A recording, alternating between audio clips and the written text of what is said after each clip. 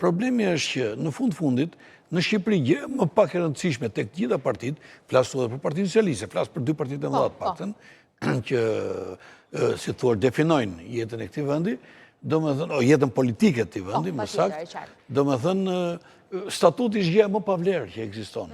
Kur në të vërtetë statuti është kushtetut, statuti depozitohet në gjykat, kur statuti duhet merr shqyrtim nga gjykata nëse ka ankesa, flas jo nga gjykatat e partisë, komisionet e statutit e tjera, por nga gjykata në sensin, në sensin e mirëfillt se fjala. Nga statuti duhet funksionojë. Pikërisht, nëse ka ndonjë mosmarrëveshje, është një ndërmarrje.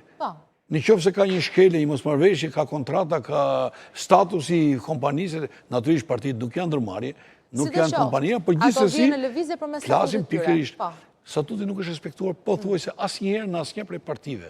Për këtyre dy partive. Dhe vjen keq që vijon edhe përdoret ende si argument, po themi, kur nuk do duhet përdoret. Pikërisht, këtë po them domethënë që këtu sa vjen edhe më keq thellohen këto elementet, po me të vërtetë do të quaj antidemokratik dhe është vërtet për të ardhur keq, sepse nëse një parti, aq më tepër një parti që është në pushtet ose që pretendon të marrë pushtet, pra që nesër do përcaktoj domethënë jetën e vendit e tij etj.